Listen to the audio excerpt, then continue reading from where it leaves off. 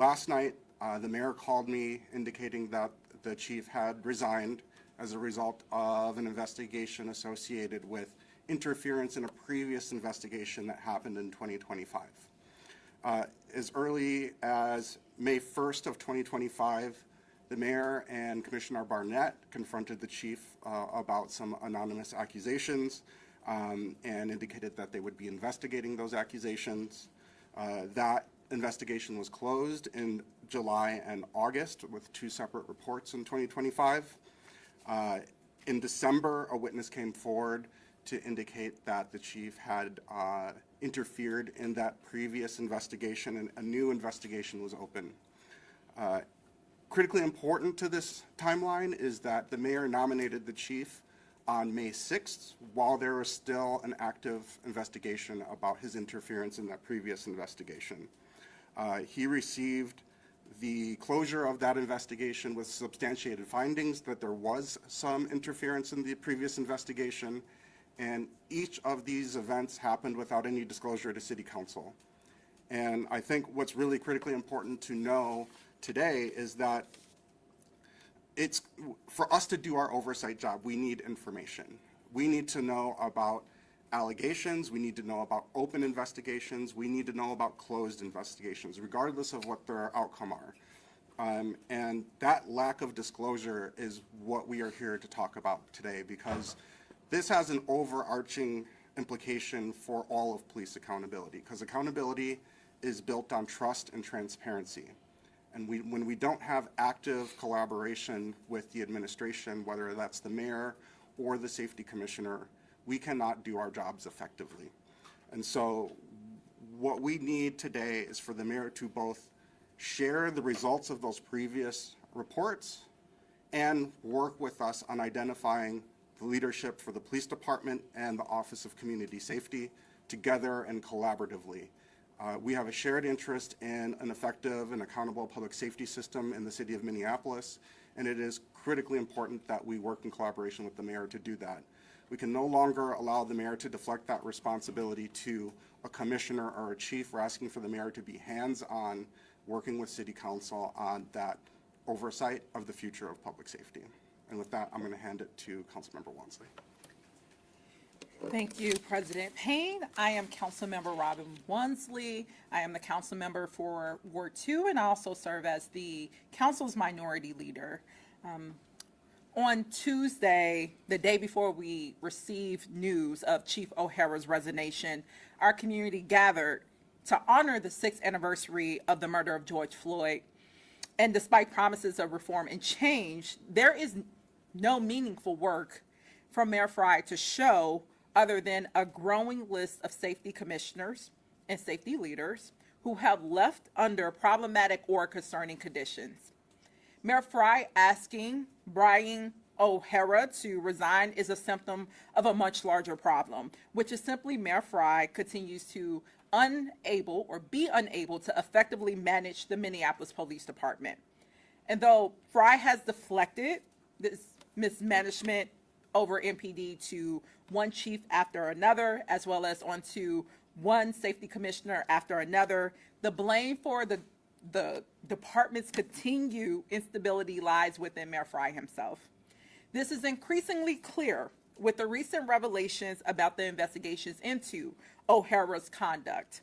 The city's investigative report that Council President Payne referenced affirms that Mayor Frey knew that there were unanswered questions and pending investigations into Brian O'Hara when he renominated him to the City Council just a few weeks ago.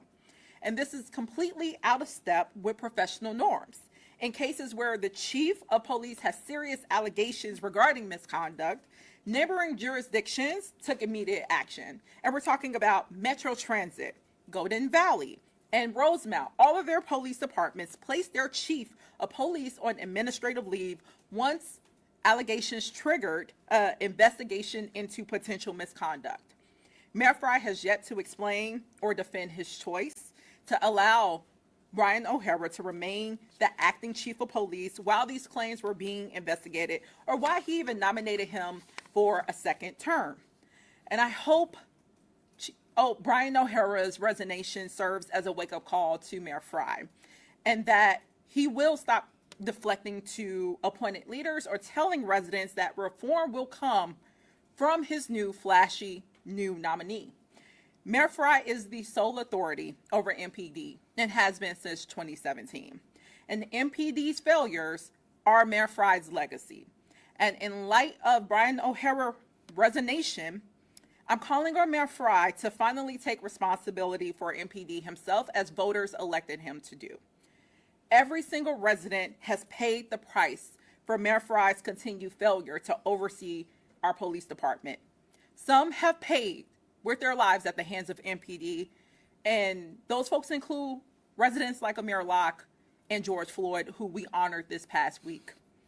Others have paid through MPD's inaction to protect and serve them, like Davis Matori, Mariah Samuels, and Allison Lucier. And every single one of us have paid from our pocketbooks because MPD has added millions to your property taxes every year through a combination of unnecessary overtime, off-duty subsidies, and wasteful spending, like the mayor's recent proposal to spend $40 million on a cop city. Each of these failures are a direct result of Mayor Frey's choices, yet it is working class residents who have to foot the bill time and time again. Minneapolis residents deserve to finally get what they've been promised for nearly a decade now. And that is meaningful police reform and a public safety system that truly serves everyone. And Mayor Frey, again, has the sole authority to make that happen. And he doesn't have to do it alone. He's never had to do this alone. The City Council has been committed to championing and bringing forward real solutions that have helped to keep our residents safe. Be it investing in non-police public safety programs like safety ambassadors, or uplifting the needs and priorities of experts in our community, such as us doing so, like with our St. Paul neighbors who inspired our creation of a non-fatal task force that has already reduced our homicide rates by 80%, and we're already nearly clearing our non-fatal shootings at 47%. We also have taken the lead in prompting and advancing off-duty reforms, which again has posed massive liabilities for the city. And the City Council wants to see real reform, and we know our communities do too. So Mayor Frey, if you are finally ready to accept this responsibility and rein in MPD, again, we are here willing and ready as your partners on council. And the most immediate actions that Mayor Frey can take to help our city move forward in this moment, as highlighted by Council President Payne's call to action as well, is to work with council on a public and transparent process to hire a reputable, vetted, and qualified police chief, and to do so for the selection of our next Office of Safety Commissioner as well. This process, by working with us, will help us all work together to ensure that our residents are finally receiving the public safety systems and programs that they deserve, that will also help keep all of our communities safe. And with that, I will pass it to Councilmember Chavez. Hello, everyone. Jason Chavez, Ward 9 City Council members. For a number of reasons, I'm not going to get into the specifics on the reasons why Mayor Frey made his decision. I will say, though, investigation aside, I was concerned about the mayor moving forward with his nomination because of the issues surrounding the Minneapolis Police Department and the multiple concerns that community members have arisen throughout the past few weeks, months, years, and decades. As you all know, MPD went over budget by $20 million last year and are on pace to go even further this year. The after-action reviews from the city conducted by the city auditor regarding Allison Lucier and Davis Maturi cases were scathing, concerning, and should be alarming for residents of the city of Minneapolis. To me, a big issue is that Mayor Frey was comfortable with that level of performance within MPD and still thought it was a good idea to reappoint O'Hara. And if this episode shows us anything, it's that Mayor Frey's judgment should be called into question. Because of that, the part that is often left out of the conversation here is that Mayor Frey has complete control over the Minneapolis Police Department, and he will continue to have complete control over the police department. We have seen under his leadership a lack of accountability for the police department. That includes for the chief. And this case is no different than that. And just as we expect accountability for the Minneapolis Police Department from basic governance, professionalism, and operations, I think it's important that we hold those same accountability mechanisms for the mayor of Minneapolis and his control over the Minneapolis Police Department. He should explain why massive budget overspends, the Allison Lucier cases, Davis Maturi, Mara Samuels cases were not enough to not bring forward this nomination. As you all know, Mayor Frey still brought him forward, and he told the Minneapolis City Council that we needed to be clear-eyed about the consequences of not supporting this nomination. As the chair of the Public Health, Safety, and Equity Committee, I'm asking the mayor to work with the City Council, to collaboratively, quite frankly, work with the City Council in finding a new chief and a new commissioner of public safety from the Office of Community Safety. And regardless of what Mayor Frey's next steps are, I want the public to know that the Minneapolis City Council and members of this body will continue to hold the police department accountable, and we will continue to fund a comprehensive public safety system that keeps our residents safe. With that, I also want to thank Interim Chief Katie Blackwell for stepping up into this new role. I look forward to working with her as the chair of this committee as we continue to move forward on public safety that matters to our residents. Thank you. Any questions? What did you know about the investigation or any findings of the investigation at the moment that O'Hara was renominated? We knew of no actual formal investigations at that time. None of that was disclosed to us. We discovered the depth of these investigations last night when the mayor shared out the report that closed the investigation into the interference into the previous investigations. You didn't know that either of the investigations existed? Like, were you aware of the existence of the investigations? I was not. I had heard rumors, and I had asked the mayor about whether or not he knew of these rumors, and he said we've heard rumors and there's no evidence. We have investigated it. But at no point did he brief us on any formal investigation, let us know there was an independent investigation, or what the outcome of those investigations were. I asked this because Councilmember Michael Rainville issued a statement that said, as has been publicly reported, I had questions, and these questions have been answered, which suggests that he knew something of the depth of the substance of this. And we're not even speaking to the substance of the allegations. We're speaking to the lack of the transparency and disclosure of these investigations before we're even getting into the substance of those investigations. Just to be clear, those 2025 investigations that were closed in the summer, were you aware of those and the outcome of those? No, I was not. They're clarifying questions. So after those investigations concluded, and then the other witness came forward about the interference, were you saying that the mayor also knew about that, or are you not aware if he knew at that time that the interference investigation started? I'm assuming that the mayor must have known about that for that investigation to go forward. You talk about more collaboration with the mayor and the council. What does that actually look like in practice? I know we all know what the charter says about that meeting.